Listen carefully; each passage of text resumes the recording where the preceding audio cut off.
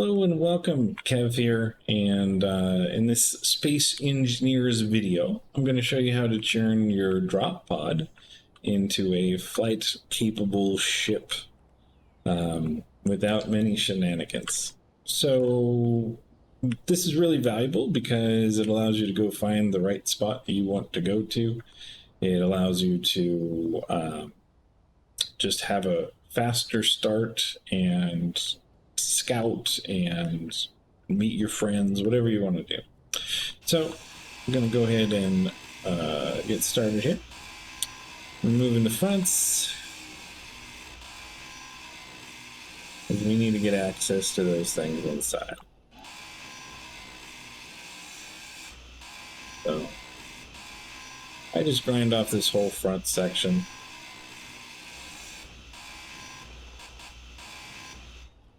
Now we're going to need to start some progression items. So first of all, we need to grind down part of this landing gear until it's non-functional. And then we're going to go ahead and redo it until it is functional. And that gave us our first unlock. I'm going to get the things out of this seat, because I'm going to take it out. And then now I can really get rid of this landing gear. Get rid of the seats. Make one more block of space for me to get in here. Okay, maybe two. There we go. Now the first thing I like to do is get rid of the beacon. You don't have to, but I like to. And then I go here and I drop these radio components because they're just really heavy. Now I get rid of everything except for this conveyor set on the right and for this timer. So I'm first going to get this hydrogen thruster down here. Don't need that. Conveyor, the parachute hatch, and this extra container. And actually, if you want, you can do progression on that as well, if you need it, by redoing that. Okay, so there we go. We got those items out of there. Replacing these blocks. And what I do here is just make a little bit of an area to place the seat back on in a moment. And now that I've unlocked the landing gear, I can make a remote block, which will unlock the rest of the items that we need here. These arrows are important, so those need to be facing forward like that. And go ahead and craft this up here, weld it up. And so that unlocked the rest of the blocks that I need for the whole build. And I'll just go ahead and put these here too. So now I can add the rest. So I can now make a gyroscope. Need that seat that I got rid of earlier.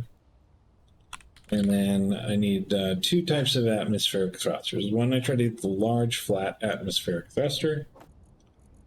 And then the regular flat one. So I get the rounded flat one and large, and the small is the regular flat. And so let's go ahead and place this seat here. I just like to give it plenty of space away from the vehicle.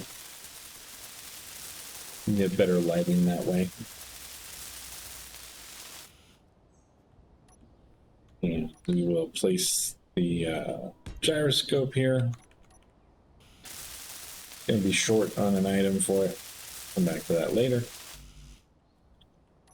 Okay, now we're gonna get rid of these thrusters on the side.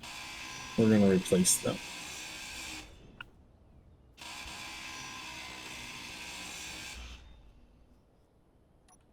So now I'm going to replace those three with a large flat one here. Notice the empty space, that's the direction that it's facing. So you want to face that downward like that.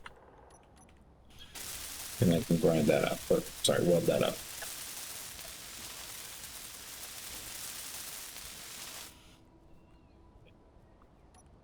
Now pick this one up as well. Notice I've been damaging it because I'm just going quick. You can always fix those later if you want.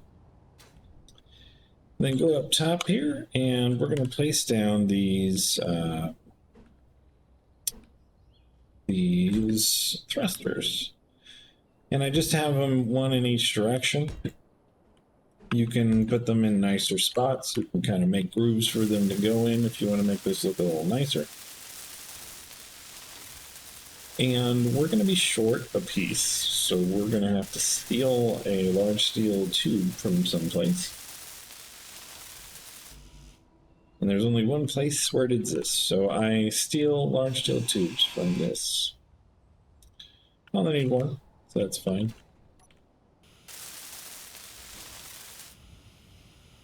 You know, if you needed hydrogen, you can just fill up before you do that. You can also go ahead and grind down this gyroscope, and this is why it's really close by, if you ever need to weld this back up again to get your oxygen back, or hydrogen. So now we are done. Congratulations. This is now a ship that has this is 1/3 of a large thruster, essentially. So it's kind of like 2.5 of the regular thrusters that were on here. So it's plenty of lift to go up. And then these are 1/3 of the small thrusters. So these are not a lot of thrust in any direction, but it is enough to keep you nice and stable. And if you're careful, you can fly just fine with this. No helicopter required, as they say. So I'm going to get in here, and then I can remote control the ship. So go to find the remote control, and then go to control.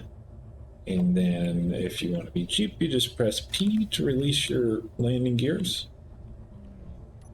And you are flying. And do know that this thruster isn't a ton, and as you get to the top of mountains, you may have a harder time with this. Also, each planet has a little different kind of setup between atmosphere and gravity, so keep that in mind if you're on one like Pertam or something like that.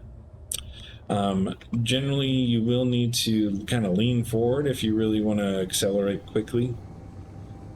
And the opposite goes for slowing down. A lot of times I might like do a little snake sort of thing to sort of slow down a bit. But this has a fair amount of maneuverability, and it's a fully functional ship here.